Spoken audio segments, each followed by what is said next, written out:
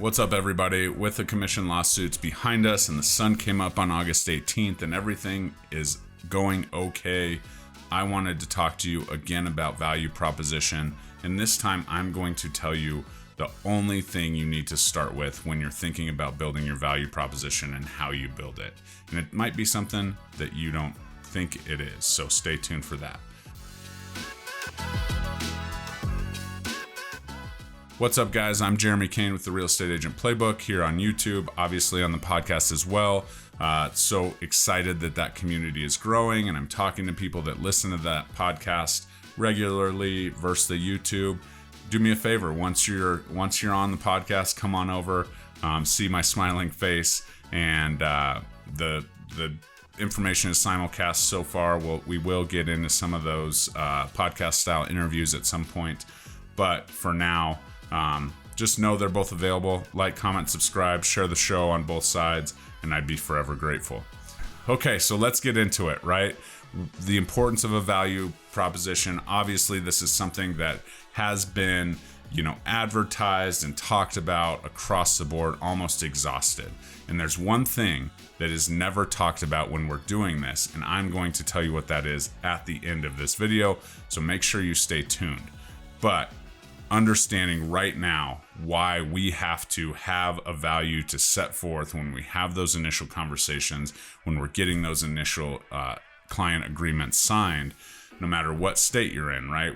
We've talked about it, and ultimately it's important to have a conversation to secure our pay before we go too deep. So before we're in it, before a buyer even understands what goes into the transaction, we have to tell them what goes into the transaction and what we do to differentiate ourselves from the other agent, from the agent that they could just click a button and go see a house. And so that's the importance of it, right? I don't have to belabor the point that this is of utmost importance.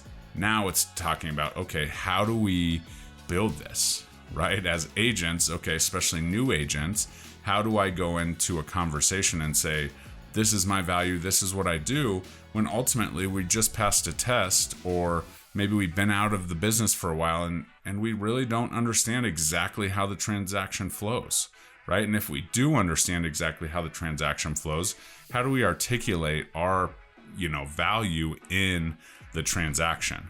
And I get it. Some of you are like, I'm an experienced agent. I bring so much value. I do this. I read the 100 things that NAR put out that buyer's agents do.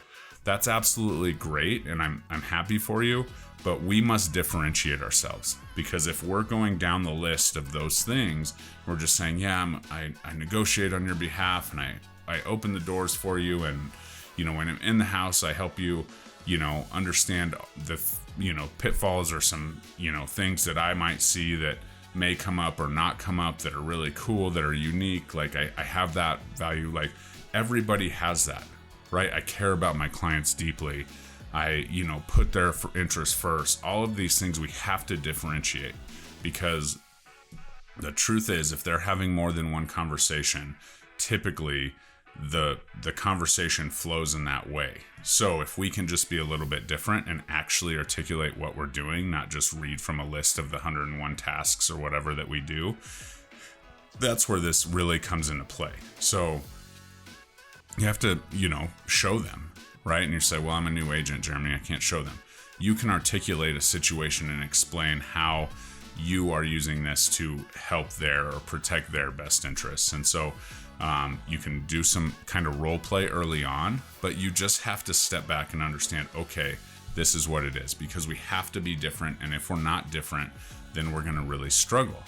And the number one thing that I think changes in our industry is the market, right? We do not control the market, but oftentimes our livelihoods and our, flow and our lead generation is affected by the market, right? If you can be ultra educated on the market, you will put yourself ahead of 95% of agents. If you can dive in, understand where to find the data, how to break it down, and how to network with other agents that, kind of give you a boots on the ground statistics based on, their situation or their zip code they're working in. This is the number one thing and should be the basis of all of your value propositions. And I will tell you, if you do this, you will be able to have different conversations. You'll be able to tailor your value to that client situation. Are they a first-time home buyer? Are they a downsizer? Are they a move-up buyer? Are they an investor? Right? If you know the market and you know the market conditions, this is absolutely the foundation to your value stack. Because if you come across somebody that maybe doesn't, fully fit into that, right? Maybe you're, a serious investor heavy agent, but you know what's going on in the market and you can speak to that. That's where the game changes, right? And the cool part is the market is always changing. So we're not dropping this static value proposition, right? Because we can take that knowledge of the market and we can infuse it into conversations, and every conversation will be different, which we're going for differentiation. So I think this is massively overlooked. So now you're like, okay, I'm a new agent, right? I don't fully understand exactly what goes. You need to get yourself in the market. You need to, shadow an agent in your area. You need to call them and you need to, seek their mentorship, whether they're in your brokerage or not. Now, when it comes to contract writing and deciding how you do that and all the things, make sure you consult your broker.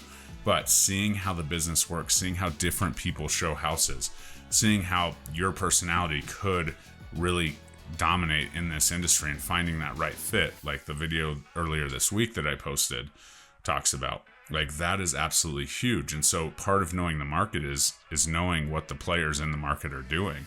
And so getting out there and, setting down your pride a little bit and just saying, okay, I'm going to really, learn what this market's about, connecting with industry partners that have that information, being a part of your realtor board so that you can get that monthly, subscription off the top and understand exactly what they put out and days on market and all the things. But what do those mean, right? In the grand scheme of things, in your hyper local market, how are those days on market really playing out, right? Because once we get in averages and once we get in all that, it's great.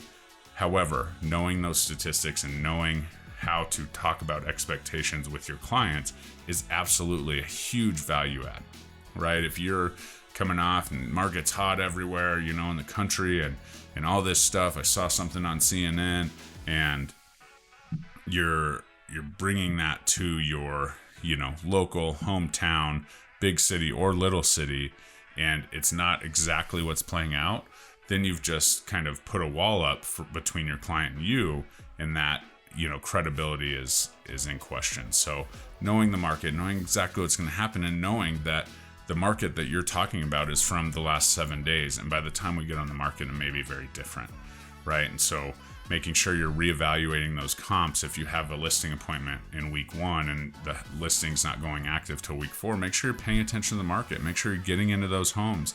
Make sure you're seeing, what they're going under contract for, how quickly they're going under contract.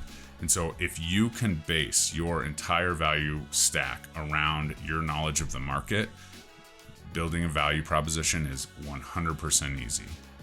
And that's absolutely the case. And if you are interested, I just so have a section in my Foundations Builder course that is called Knowing the Market and Finding the Winners in the Market. And so if you'd be interested in that, comment course below and I can reach out to you. We can have a call. I can talk about, the costs and all those things. But the reason I built that course is to, help agents really build a foundation of their business, choose pillars, understand knowing the market, understanding their client journey, and have accelerators and Trello boards and all the things to help you do that.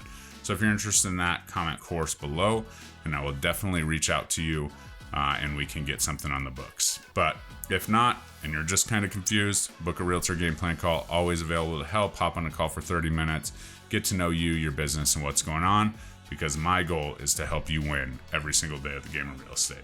We'll talk to you next time. Don't forget to like, comment, subscribe, click that bell, share the podcast, and we'll see you next time.